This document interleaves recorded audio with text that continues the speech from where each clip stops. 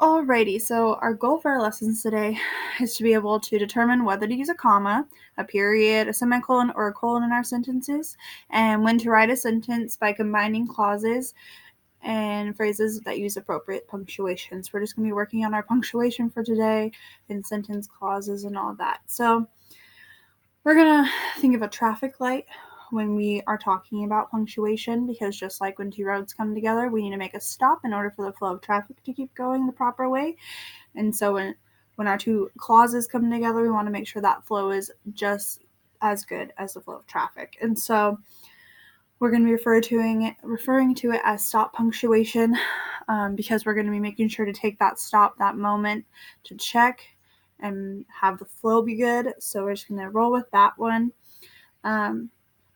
We use stop punctuation to prevent run-on sentences. Run-on sentences are where the reader is just going to be going through it super fast because there's no punctuation to help them take a breath and process what they're reading about. So on your page, you're going to see the sentence, "The band now known as U2 was formed in 1976. The original name was Feedback."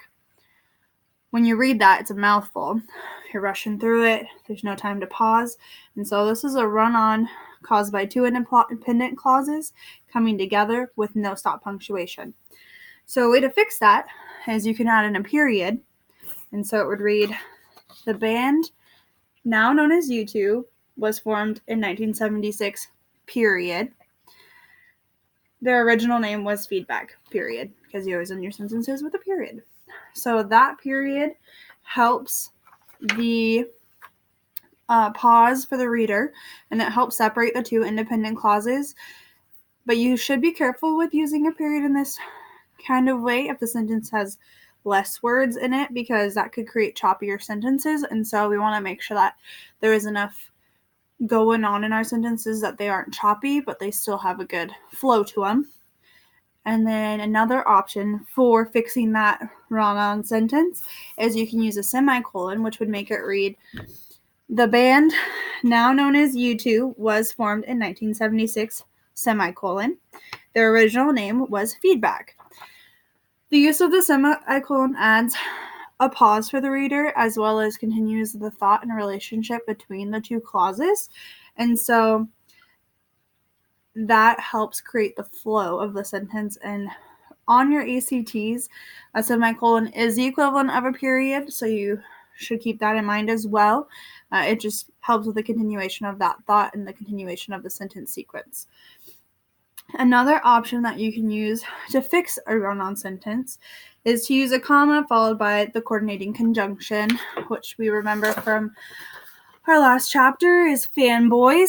So we have for, and, nor, but, or, yet, or so. Those are conjunctions that we can use when using a comma. And so the new sentence would read, "The band, now known as U2, was formed in 1976, comma, but their original name was Feedback, period." And that just helps create the correction of the combo, the correction of the run-on, and creates a combo between the comma and the conjunction, which emphasizes the relationship between the two clauses. The usage of stop punctuation makes sure sentences are clear and concise, so your reader can take in the information at a good pace and gives them time to pause for thought. So just keep that in mind when we are going through our different punctuation today. And I think you guys are doing great. Thanks.